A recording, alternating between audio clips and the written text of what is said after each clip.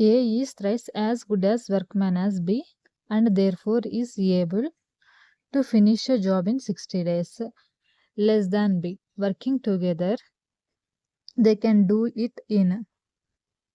ఇక్కడ ఏమన్నారు, A is thrice as good as workman as B అంటే బికి 3 డేస్లో వర్క్ చేయడానికి పడితే ఏకి 1 డే పడుతుంది అనమాట. అది దాని మీనింగ్. సో అందుకని ఏకి 1 ఎఫిషియన్సీ తీసుకున్నాం, బికి 3 అనేది ఎఫిషియన్సీ తీసుకున్నాము. సో ఏ ఎంత 1x, బి అనేది 3x.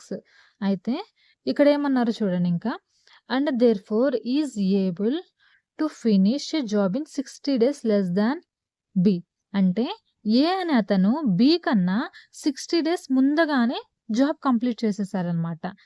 ఏ అనే అతను బి అనే అతని కన్నా 60 days తక్కువ డేస్లో జాబ్ ఫినిష్ చేశారు.